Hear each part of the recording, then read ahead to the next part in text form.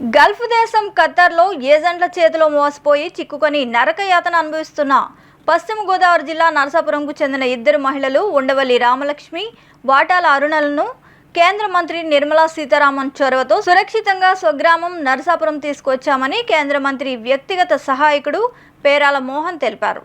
ఏజెంట్ల మాయమాటలు నమ్మి వేలల్లో జీతాలు వస్తాయని నమ్మి ఖత్తర్ దేశం వెళ్తే అక్కడ తమను వేరే వాళ్లకు అమ్మివేశారని, వారు తమకు సరిగా తిండి పెట్టకుండా చిత్రహింసలకు గురి చేశారని, ఏజెంట్ల చేతిలో మోసపోయామని తమ కుటుంబ సభ్యులకు తెలుపగా వారు కేంద్ర మంత్రి నిర్మలా సీతారామన్కు ఆమె వ్యక్తిగత సహాయకుడు పేరాల మోహన్ ద్వారా తెలియజేయగా ఆమె వెంటనే స్పందించి ఎక్స్టర్నల్ అఫైర్స్ అధికారులతో మాట్లాడి వారిని వెంటనే ఇండియాకు రప్పించారని తెలిపారు.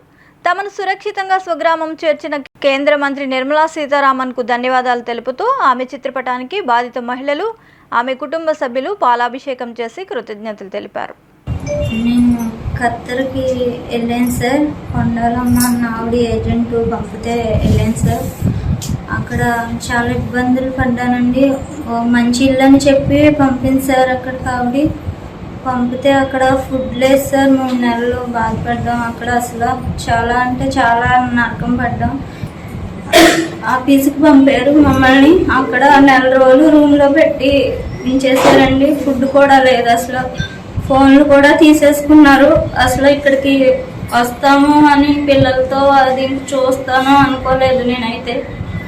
మేడం సీతారామన్ గారు, మోహన్ రావు గారు వీళ్ళు మాకు హెల్ప్ చేశారు, చాలా చాలా హెల్ప్ చేశారు సార్. వాళ్ళలో బట్టి మేము మళ్ళీ ఇండియా రాగలిగాం.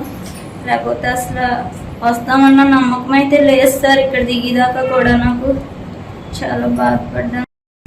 అక్కడికి వెళ్ళిన తర్వాత ఆఫీస్ వీసా కాదని మాకు చెప్పి పంపించారు సార్. అక్కడ అన్నీ పర్ఫెక్ట్గా ఉంటాయని చెప్పి పంపించారు సార్. అయితే మేము అక్కడికి వెళ్ళిన దాకా ఉండి మాకు ఏది సౌకర్యం అక్కడ లేదు సార్. అసలు తిండి కానీ ఏమీ లేదు సార్. మేము వెళ్ళిన తర్వాత 3 నెలల పాటు అసలు నిద్ర లేకుండా పనిచేసాం సార్. అయితే పని చేసి మాకు ఆరోగ్యం కూడా బాగోలేదు సార్. మేము వెళ్ళిపోతానంటే వాళ్ళు తీసుకెళ్ళి ఆఫీస్కి అప్ చెప్పారు సార్.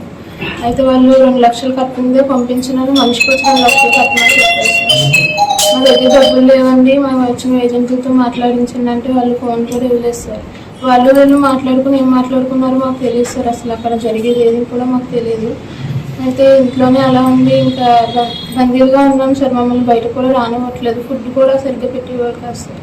అలాగే ఆ తర్వాత సార్ని కాంటాక్ట్ చేస్తే ఇలా హెల్ప్ చేశారు సార్. మేడం గారి ద్వారా, సీతారామన్ గారి ద్వారా హెల్ప్ చేశారు సార్. సీతారామన్ వీళ్ళిద్దరికి మేడం నిర్మలా సీతారామన్ గారి ద్వారా కలిగింది.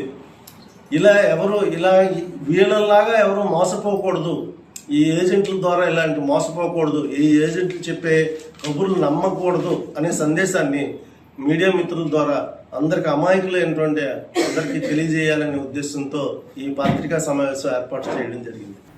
నిరంతర వార్తా శ్రవంతి కొరకు వీక్షిస్తూనే ఉండండి. మీమా VST news. Please like, share and subscribe.